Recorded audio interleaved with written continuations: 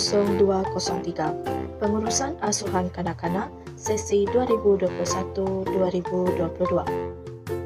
Penyediaan makanan bayi lunchtime 9 hingga 12 bulan. Bahan-bahan penyediaan makanan.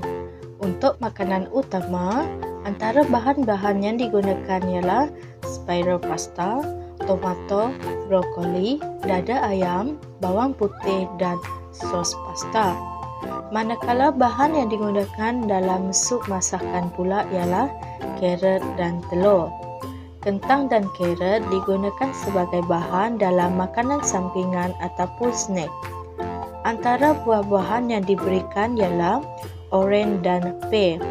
Air putih dan jus apple diberikan sebagai minuman. Panaskan kuali dan masukkan sedikit unsalted butter. Kemudian tumis bawang putih sehingga naik wangi.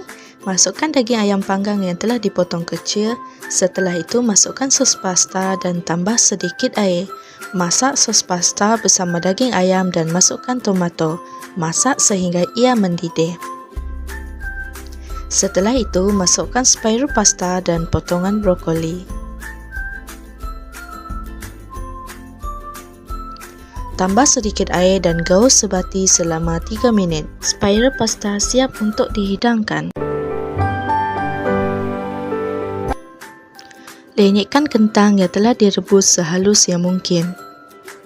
Kemudian masukkan carrot yang telah diparut halus. Gaul adunan kentang dan carrot sehingga sebati. Panaskan kuali dan masukkan sedikit unsalted butter. Letakkan sesudu kentang dan carrot yang telah digaul sebati.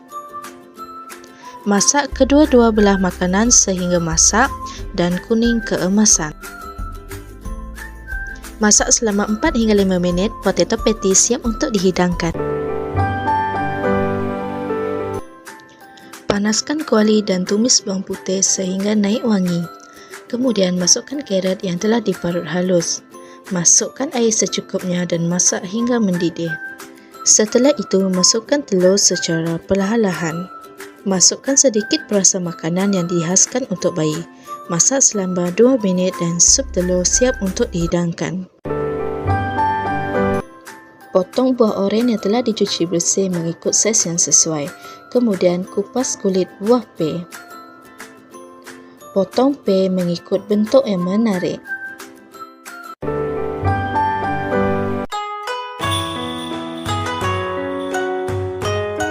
Perhatian! Terdapat beberapa aspek yang perlu diambil kira semasa menyediakan makanan untuk bayi dan kanak-kanak. Yang pertama, cuci tangan menggunakan sabun sebersih yang mungkin. Kedua, pastikan peralatan memasak dan bahan masakan bersih dan dicuci terlebih dahulu.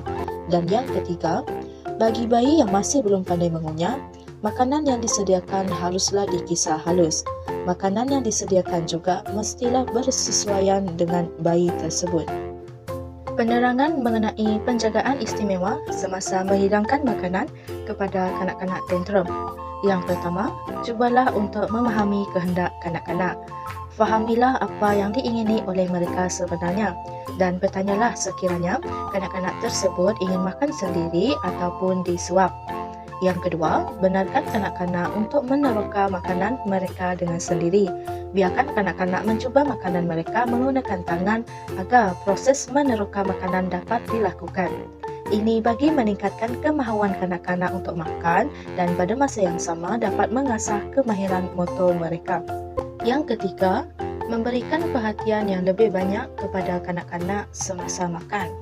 Gunakan cara seperti bercerita dan membawa mainan kesukaan kanak-kanak semasa sesi makan. Dengan ini, kemahuan makan kanak-kanak akan dapat meningkat dan mengurangkan tantrum mereka semasa makan. Yang keempat, ialah mendedahkan kanak-kanak mengenai peraturan semasa makan. Tegur dan didiklah kanak-kanak tantrum dengan lembut serta berperingkat.